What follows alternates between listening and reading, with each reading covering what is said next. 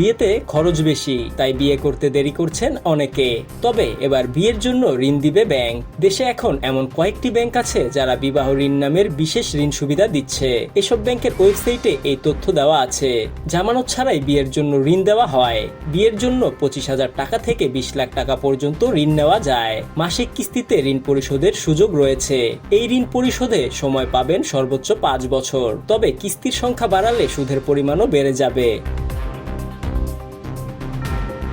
ব্যাংকগুলোর ওয়েবসাইট থেকে পাওয়া তথ্য অনুযায়ী উত্তরা ব্যাংক, এনসিসি ব্যাংক, সীমান্ত bank, UCB, mutual trust bank ইত্যাদি। এছাড়া বেশিরভাগ ব্যাংক থেকে ব্যক্তিগত সুবিধায় বিবাহ ঋণ নেওয়া যায়। চাকরিজীবীরাই এই ঋণ নিতে পারবেন।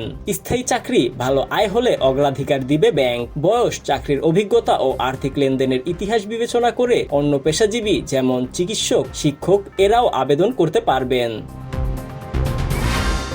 বিয়ের জন্য ঋণ পেতে জাতীয় পরিচয়পত্র, পাসপোর্ট সাইজ ছবি, চাকরির প্রমাণপত্র যেমন আইডি কার্ড, নিয়োগপত্র, সর্বশেষ 3 থেকে 6 মাসের পে স্লিপ, ব্যাংক হিসাবের বিবরণী, কর শনাক্তকরণ নম্বর, টিআইএন সনদ এবং কিছু ক্ষেত্রে অনাপত্তি সনদ এনওসি প্রয়োজন হয়। বিয়ের ঋণের জন্য আবেদন করতে বিয়ের কার্ড, চিকিৎসার কাগজ বা ভ্রমণ পরিকল্পনার কপি দিতে হতে পারে।